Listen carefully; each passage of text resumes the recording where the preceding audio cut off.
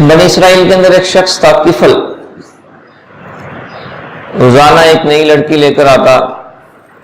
ایک دفعہ اس نے ایک لڑکی خریدی، پیسے دیے، کمرے میں رات کو آیا، وہ رو رہی ہے۔ وہ کہنے لگی کہ میں عزت دار گھرانے سے تعلق رکھتی ہوں،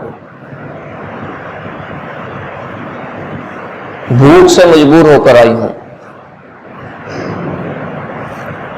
اس نے کہا کہ جس عزت سے تم آئی ہو اسی عزت سے چلی جاؤ، تمہارے آنسوؤں کے طفیل میں توبہ کرتا ہوں۔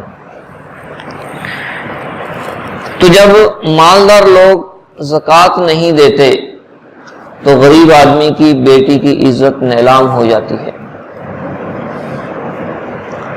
تو جس شخص پر جو زکوٰۃ فرض ہے لوگ دیگے چڑھا دیتے ہیں اور کسی کو ویسے بھی مدد کر دیتے ہیں، لیکن زکوٰۃ کوئی نہیں دیتے۔